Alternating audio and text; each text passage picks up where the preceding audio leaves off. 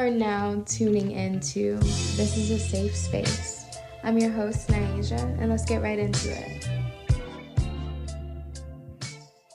Welcome to another episode of This is a Safe Space. I'm your host, Naija, and we're going to get right into the conversation.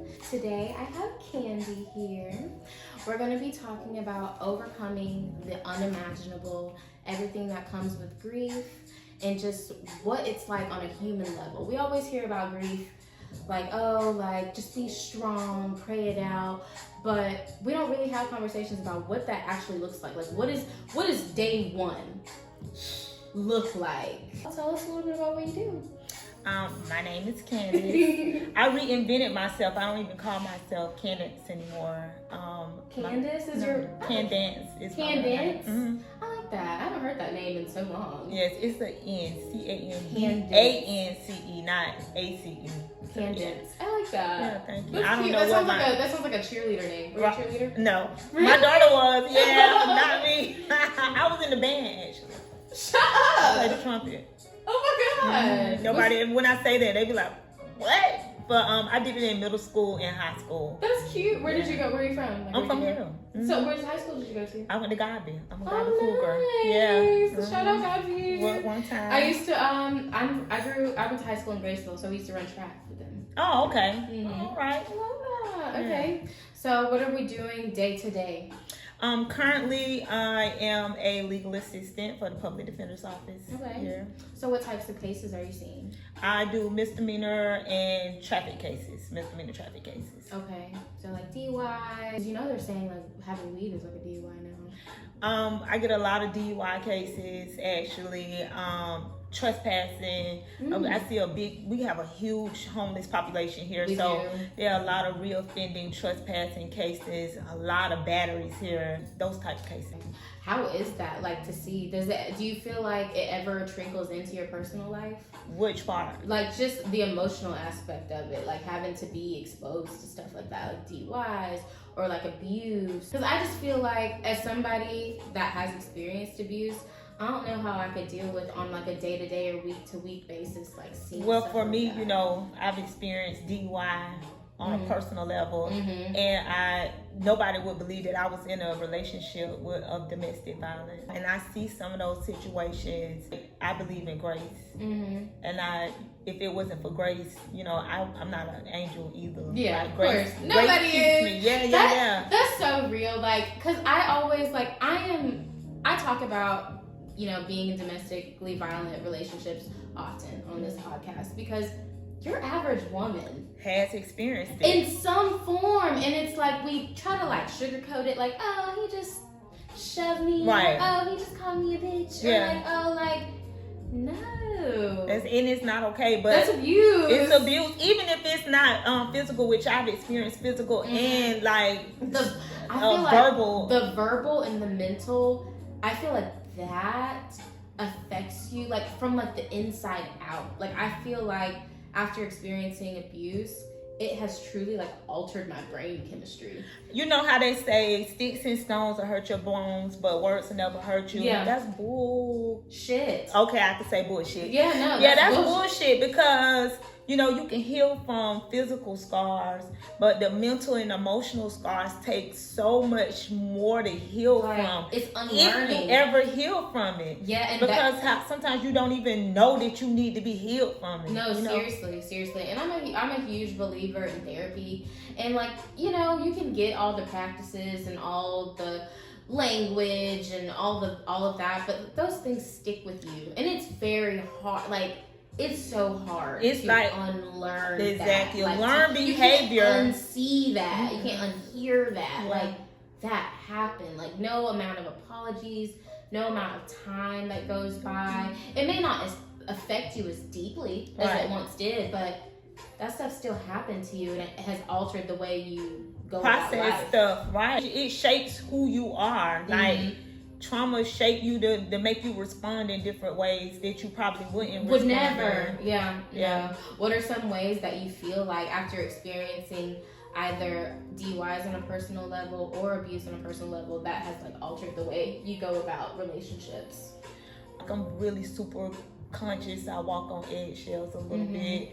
I think for in a past relationship after the physical abuse, I let someone mentally abuse me because I just wanted the attachment, if that makes sense. Yeah, it does. It absolutely does. It's hard. We almost become, I can say for myself, you almost become like addicted to it. Like, how can I say this? I was recently listening to a therapist on YouTube. It's almost like healthy is boring. You be so used to being in a toxic relationship or situation. What's gonna happen?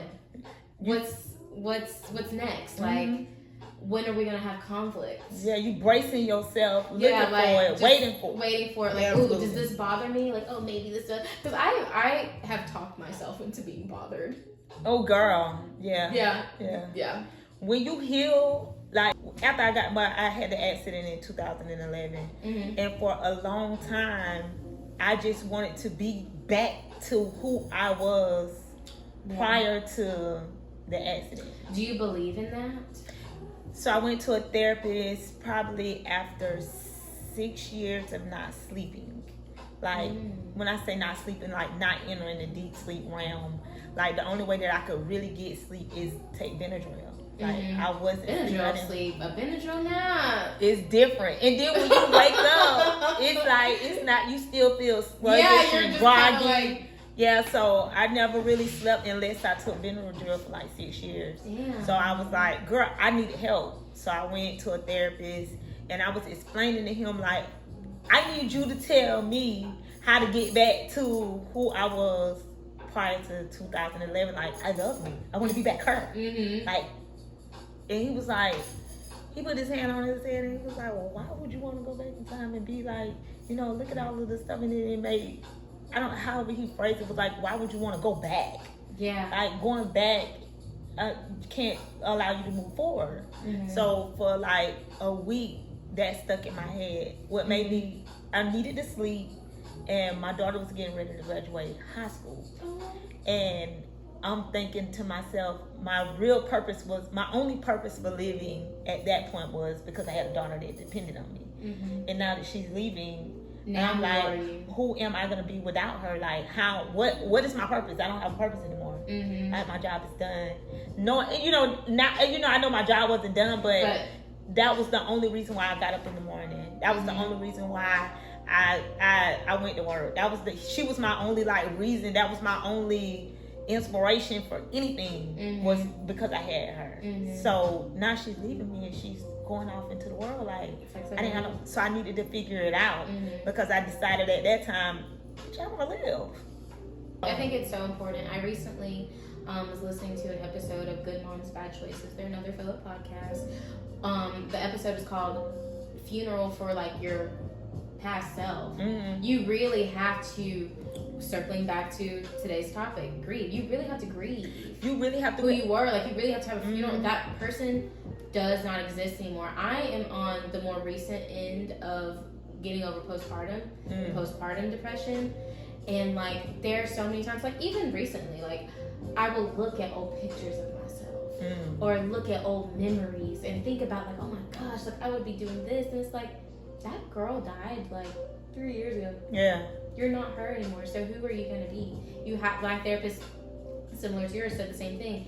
You have to work on who is Naija now? Who is Naija 2.0? Right. What do you want to do? You can take things that you've learned from previous versions of yourselves and alchemize them into being an even better person. And every day you can make that choice. Like I said, I reinvented myself. Now I go by Candy. My name is Candy. When I introduce myself, and I meet people, I don't say my name is Candace. I am Candy. Candace is my alter ego. That is the unhealed version of myself. Sometimes I'm like, don't bring Candace out, because she don't even, that ain't who you want to see. No, literally. Deal with Candy. She her. Yeah. Candy is peaceful. Yeah. So take us back to the beginning. Who were you before? Oh my God, I just felt like I was that girl. I handled my business. What were you doing? I was a full-time student. I had, 2 kids at that time. So period. I'm going back. Yeah. Yes, I love hearing stories about mothers that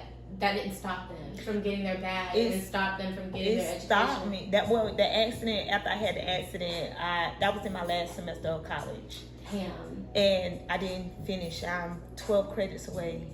And I'm going back this summer. I'm going back this summer too. That's what's up. That's the thing. The thing is, my aunt got her PhD in her 50s. I know, that's my auntie.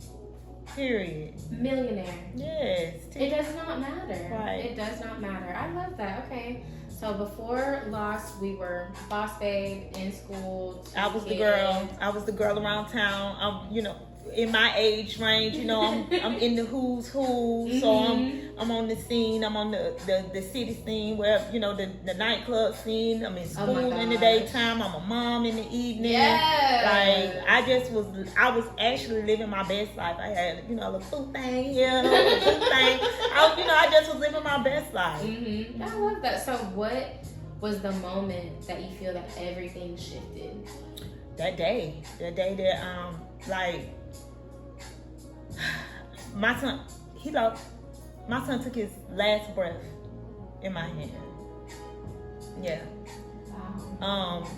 Me and his dad we had a situationship, and that's real. It's the truth. He tells a different story, but we had a situationship, and with my son, I had him off of one time. We were intimate one time. That's all it takes, guys. That's it. As I always preach on this podcast, it only takes one time. If you need access to plan Bs, if you need access to plan Cs, links will be in the bio. It only takes once. I literally got pregnant off half a stroke. So. Oh, girl, this is my story. I got 2 pumps in a squirrel. That's what I got. No, literally. 2 pumps in a squirrel. And I didn't like it. I wasn't going to never deal with him again. I didn't never deal with him again until I found out I was pregnant. I'm like, I can't be pregnant off 2 pumps in a squirrel. Yes, you can. 2 pumps in a squirrel. I would never mess with him again. So he tells this story as if I was just like a one-night stand. We had been dating for months. For months before I even gave into this man, like 10 years older than me. I'm 23 years old. He like 33 years old. Yeah. Let's talk about how they prey on young, ambitious women.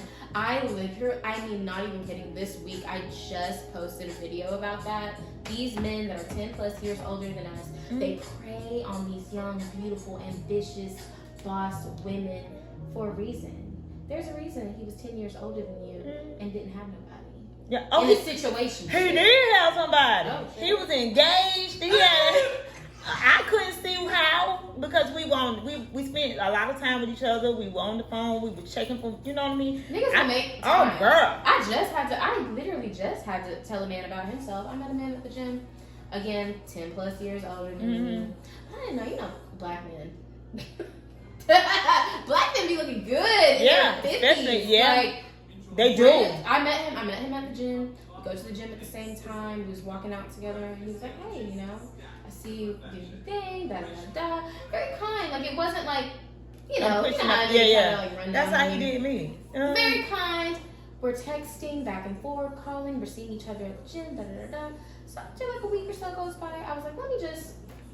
I like to know your intentions beforehand. Before I develop, whether it's a friendship, colleague, whatever, I want to know what your intentions are in my life.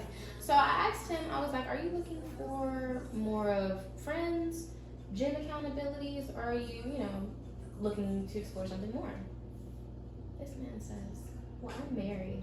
Boy. I'm married, but I really enjoy talking to you. I said, excuse me, what? Yeah, no. How the fuck? This man is blowing on my phone. This man is this man is texting me back to back to back. How are you married? But you make time for what you want. Yeah. You make time. Yeah. So my son took his first breath. It was just me, and he took his last breath in my hand. Like, took his last breath in my hand. When my parents got to the accident, they was like, I told them I'm not going. I just remember it like it was yesterday. Like when Cam dead, and they was like, girl, my mama looked like, girl, don't say that. Like, you people don't think that it can happen to you. And then so the unimaginable. Girl, don't say that. Like, I'm like, he did. And it was like, oh, we working on it. I was like, they not. I kept telling them they not. No, they not. And they like keep trying to change my thought. I'm telling y'all what happened. It just happened. How old was he? 5. Wow. 5 years old. Sometimes it feel like it was just yesterday, and for the most part, I'm healed myself with my own isms and childhood trauma till it doesn't hurt as much, but it's still that pain. It's like a toothache that ain't gonna never go away. Kind of like it's what I like to surmise it as. Yeah. It's often talked about when we're grieving something, because that's the first moment. Like, what did you do whenever you went home? Because eventually you have to go home. So I remember I was in the hospital and everybody was just coming there. Like, why? I kept thinking to myself, like, can I go? Yes. You can cut. This is a safe space. Why the fuck are y'all here? What the fuck? Like, and they like, I want to see him, and I'm thinking like, why do y'all want to see my baby? No, fuck no. Like, I don't want y'all to see him like that. That's crazy. So invasive. That's so invasive. I remember one of my cousins was like, can I go back? And I'm like, no. No. What the fuck? Yeah, that shit was crazy. Like, it was so morbid. So when I went back and I seen him, he just looked like he was sleeping. But when I touched him, he was hard and cold. And I just, like, could not believe, like, I'm just like, this am I fucking tripping? For a minute, I'm like, I gotta be tripping. Like, I went home with my car was totaled. Like, it looked like an accordion. I remember they had gave me so much morphine and medicine that I was asleep, but I wasn't asleep. Like, I could hear them. My daughter was in the car also. Her dad had taken her. They, checked her over, and her dad had taken her off. So I don't have either one of my babies right now.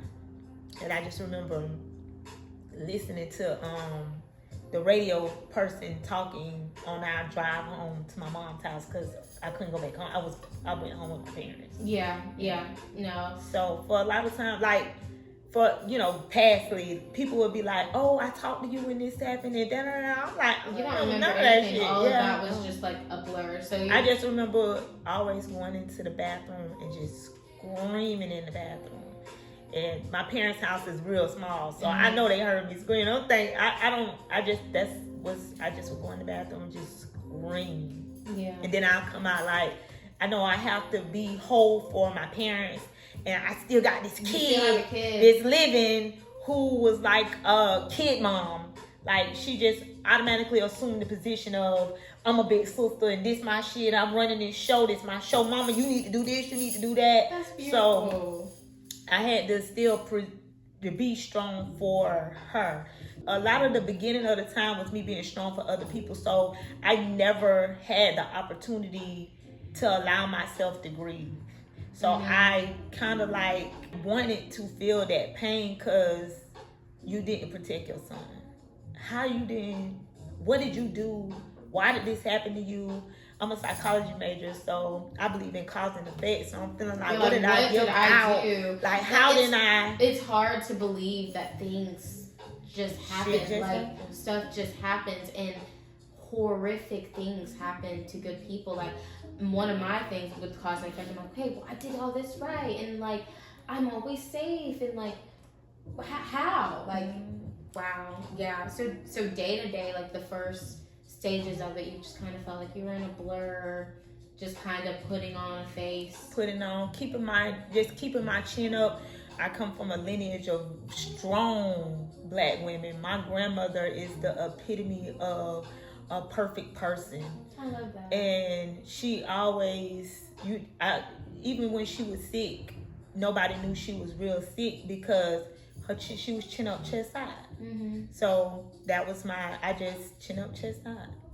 My cousin also lost her daughter. Weirdly, she was there. They were the car beside my car. No. But her daughter and I was playing mud pies on a stove, an old stove that my mom put outside, and we was playing pies, Yeah, I've done that. Oh my God, that's some stuff. The stove fell over on her, and she died. And that same cousin was in the car next beside me when I got in my car accident. Wow. So, she came to me before the funeral and she was like, listen, there gonna be people here who really here to support you in camp, but there gonna be a lot of motherfuckers here. That's how that works. There are a lot of motherfuckers who won't be here just to watch you. So you keep your chin up, you know, don't be showing out, don't fall out, and don't do none of that, you know. You know, and I did that, you know, in the bathroom or whatever, away from my daughter. But don't get in this church and give these people no show. You know, you stay strong and you keep your chin up. That's real. And she said, I'm gonna be sitting behind you, I'm gonna be there. And I just was watching people watch me. Like, I just felt like they was just watching me, waiting for me to roll out. Like, to do the theatrics. That's so important to have a support system that will speak to you in such a real way. Now one thing about her, she lost her life to cancer a couple of years ago. But yeah, one thing about her, baby, she kept it real. I love that. I learned a lot from her. Yeah, that's beautiful. What do you feel like the hardest part was that people don't really talk about, or maybe that you feel that you got wrong during your grieving? Not grieving. Not, you know, like I said, I spent so much of the time like trying to figure out how to support other. I was with this guy when a little bit after my son was born, a couple of months after, like he was months old when I started dating this guy. And I dated him up until my son was like 4 or 5 years old. So, and he had 3 small boys, and my son seen them calling him dad, so he didn't have a dad because his father chose not to be a part of his life, which was fine. So, you know, we tried to I didn't want him to be confused. I also want, that's so unfair that he don't get to have a father because of my choices. And I'm my daddy's baby, I'm my daddy's girl, so I wasn't raised without having a dad. But in that instance, I called him to make sure he was okay. He didn't even show up to his funeral. The guy that was like essentially stepdad? Wow. But he also had trauma of losing a child of his own too. So years later at his son's graduation, he was so surprised that I was, because we weren't dating anymore, but I still was a part of his son's lives because their mom, you know, she knew what I was to the kids, so she still invited me to things and sent me pictures along there, and she knew my loss, so she kept me abreast of them growing up and stuff. And we fought, me and this girl, child, we got it down. We always get it together for the kids. We fought, but she still, you know, I appreciate Sharonda for that, because she made sure that she knew I lost my son, but she made sure that her boys knew who I was, and she kept me in their life, sent me pictures and stuff as they grew up and stuff. So he seen me at the graduation, he was surprised, and we was able to talk about it. So we found love right shortly after losing your son. You guys were married. How long were you guys married? Girl, we wasn't married long, and we didn't get married until my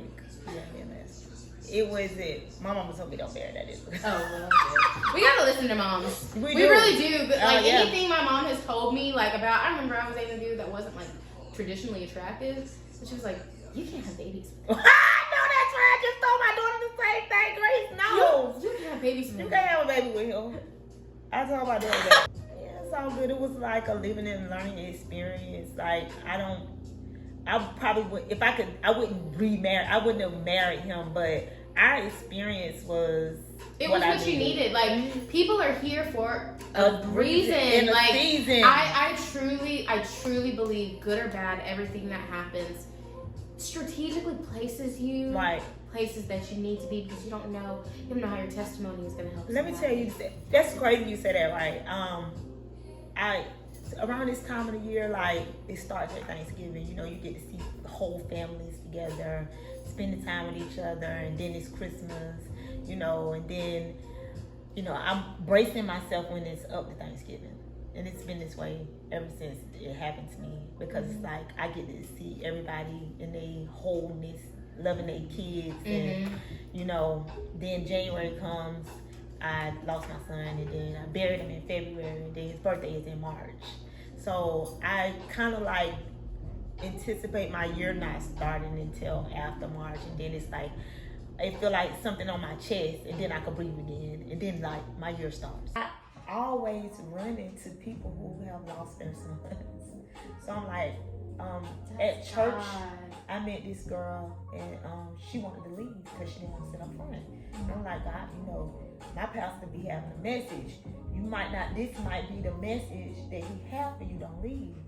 And she was like, girl, I'm not sitting up there. So she was getting ready to leave, and I thought she left because I was ushering. I couldn't attend to her. She had lost her son. So after church, I came over and I told her, I lost my son too, and I'm glad you didn't leave.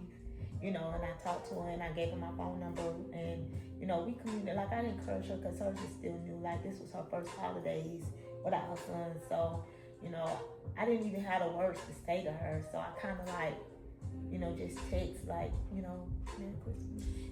These things hard. Like that first, there's no way. Like I ain't had no words to tell her. I couldn't tell her it's gonna get easy because it's not. That's a lie. What advice would you give to other moms? Like what advice would you give them towards learning how to breathe again? And emphasizing that it is a process, that you do have to go through stages. You do have to go through stages, and I can't tell you what your stages are gonna look like. Like, because they're different. People have different realities, different day-to-days, different economic statuses. Like, so I can't tell you what your day-to-day is gonna look like, but I do know that you're gonna have to go through different stages and reward yourself in those stages. I found a lot of peace in knowing that I know my son loved his mama down, and I know that he wouldn't want to see me sad. Telling yourself you're beautiful, talking to yourself. I heard every morning, I didn't used to do that. But how do you feel like it's impacted your life? It shifts it makes the mood of my day. Sometimes if I forget, I can see my day look like it's going left. I whip my mirror out, and I get in my face in my mirror, and I remind girl, don't forget who the fuck you are. No, period. Seriously, yeah. No, it's important to set the intention for the day. Make sure like today is going to be a good day. Every day. My new mantra is asking God, show me how good today can get. Surprise me with how good today can get. So I seen this thing just on Instagram. I try to look at mindful stuff also on Instagram. And I go to sleep and I say, tomorrow's going to be a magnificent day. Something wonderful is going to happen. Something is. So when I wake up, I say, today's going to be a magnificent day. Something wonderful is going to happen to me. And it don't be nothing small that I get a parking lot right behind me. Right. Like, though that is something that's wonderful to me. But that's how you romanticize your life. So yeah, I think that's an amazing takeaway that grieving mothers can try to look forward to. It's just romanticizing your life, making those little things matter. Positive self-talk. Okay. Well, since this is a safe space, to wrap it up, I have to ask, what practice, place, or person makes you feel safe today? Today, my daughter is still that just go-to person for me. Like, the woman that she is the woman that I wish I could be. Wow. But that just goes to show you made that. Right. You did that. I call her my better than me. And whenever I'm in the space of funk, I can call her and listen to her talk about her day and shift my mood. Sometimes I have to tell her, like, I'm not in a good space. And we talk and I'm back in a good mood. I also got some friendships with some girls that, like, I never thought that I was going to deal with girls again, because my best friend was with my husband. So I got a group of girlfriends who also, like, I had to text them and give them their flowers a couple of days ago because I was in one of those down spaces to tell them I appreciate them, because they didn't know that I was in a down space. And they like, come on, go out. And I went, and I appreciate them. The one of the girls you met that night. Yeah, she's got good energy. She is. That's one of the things that my therapist recommended to me over the summer. When you get in those down moods, counteract that negative feeling with gratitude. You can never go wrong with I always hear name 3 things you're grateful for today. Every day. It's just something little. If you counteract negativity with gratitude, you can never go wrong. It immediately shifts. It's an immediate. I'm so glad you came on the Safe Space, Candy. I'm glad you had me. Yes. Thank you for allowing me a space to be able to.